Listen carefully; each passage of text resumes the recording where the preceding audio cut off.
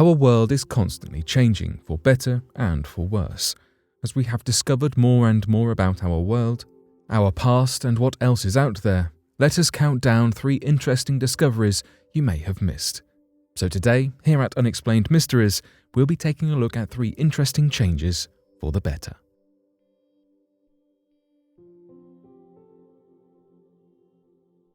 The Shanti Devi story. The story of Shanti Devi is among the most amazing documentation of reincarnation, attracting the attention of everyone, including Mahatma Gandhi. Born in India's New Delhi on the 11th of December 1926, Shanti did not speak much in her first years, unlike many young children. When she reached 4 years, however, she started speaking about her memories of another life that she lived. She said that her home was not in Delhi, but instead 93 miles away in Mathura, where she lived with her husband, and she insisted that she had to go back to her son and husband. Her parents discouraged her from speaking of her previous life, telling her to put it behind her and be concerned about the present, which annoyed her and made her run away from home to Mathura. She was found and taken back to her parents. She started speaking of her previous life during school in detail and was even able to recall the names of her husband, children, and what happened when she lost her life. She died 9 days after giving birth. This information enabled the headmaster to locate a man named Kedar Nath, who had lost his wife Luji 9 years ago, 10 days after childbirth. Kedar visited Shanti and her parents using a false name, and she soon identified him as her previous life husband. Mahatma Gandhi was informed of the events and possible reincarnation, and he set up a team to investigate the story. Shanti and the team went to Mathura, where she recognized her home, the furniture layout, and even her family members. She remembered some secrets of family members that someone would only know in confidence. Shanti was also able to tell her husband that he did not keep the promises that he had made to her. She also started speaking in her local dialect. The team concluded irrefutably that Shanti Devi was a reincarnation of Lugdi Devi. Several other researchers did their independent investigations and came to the same conclusion.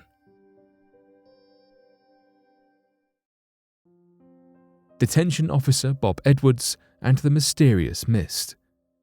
As for ghosts and spirits, they are along the same lines as aliens in the sense that people either believe in them or dismiss them entirely. Up in Great Falls, Montana, in Cascade County, one sheriff, Bob Edwards, was one of the skeptics. This is, up until he encountered his own seemingly paranormal experience. He otherwise could not have been bothered with paranormal claims. But his skepticism would soon switch entirely as he experienced something unexplainable, and unlike in Sherman's case previously, he was not the only one to witness it either. Edwards was a detention officer at an old jail, and at the time, he had a separate living arrangement with the jail's property. It was an apartment that was on the opposite end of the inmates' cells within the jail facility. One night, he heard what sounded to be someone audibly coming up the stairs. Edwards opened the door expecting to see one of his co-workers on duty, except to his utter surprise, there was no one. He went downstairs to ask one of the officers on duty that night, Mike, if he had happened to come upstairs or if anyone else had been up. Mike assured him that no one else had gone up and that Edwards was the only one there that night. To Edwards, hearing that obviously did not help in regards to alleviating his goosebumps. That would not be the end of it either. In fact, one could say things were just warming up. Later that night, both Edwards and Mike witnessed something strange over the video surveillance. What appeared to be captured on the display screen was some sort of white mist that Edwards compared to someone puffing out clouds of cigarette smoke. Mike decided to go investigate the location of the jail that the surveillance was capturing, while Edwards stayed behind still examining the live surveillance. That is precisely where things took an especially spooky turn. When Mike went to the designated location, he did not notice anything out of the ordinary, nor did he see the mist that was on the video footage. Meanwhile, Edwards, who was keeping a keen eye on the surveillance, could still visibly see the milky white mist very much present, even though Mike was not seeing it with his naked eyes before him. Mike lifted his hand up to see if he felt anything in the air.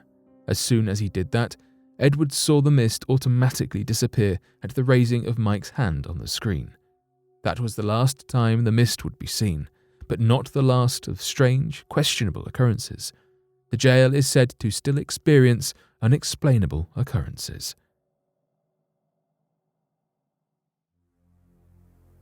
The disappearance of Susan Pearson.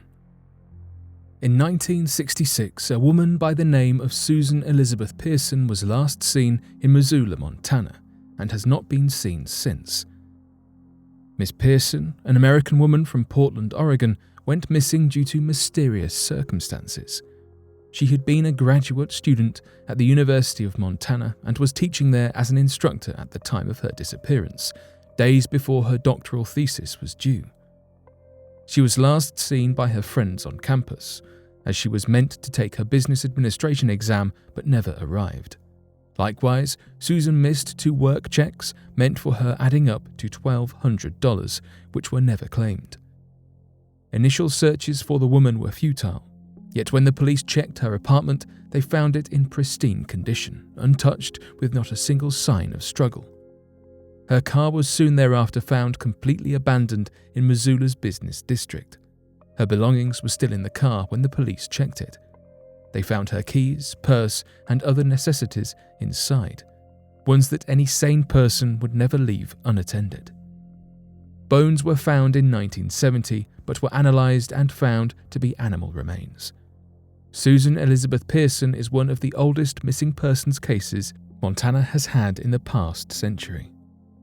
Curiously, Ms. Pearson was the granddaughter of Walter Pearson, Oregon's Democratic senator.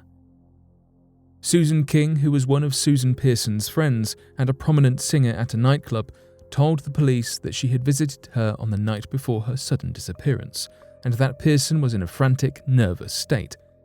It was just a different Sue, she had stated. A prominent piece of the puzzle was the information King also received. Pearson mentioned leaving her life behind to begin anew in her frantic state. Later, she added that 2 delinquent boys from the course she was teaching threatened her with physical violence. Pearson's brother, David, added that it appeared his sister rushed out of her apartment and the tea kettle was left to boil on the stove. Days after her disappearance, there was a report of a sighting in Lolo Pass, but evidence of her actually being there is non-existent. No further sightings were ever reported.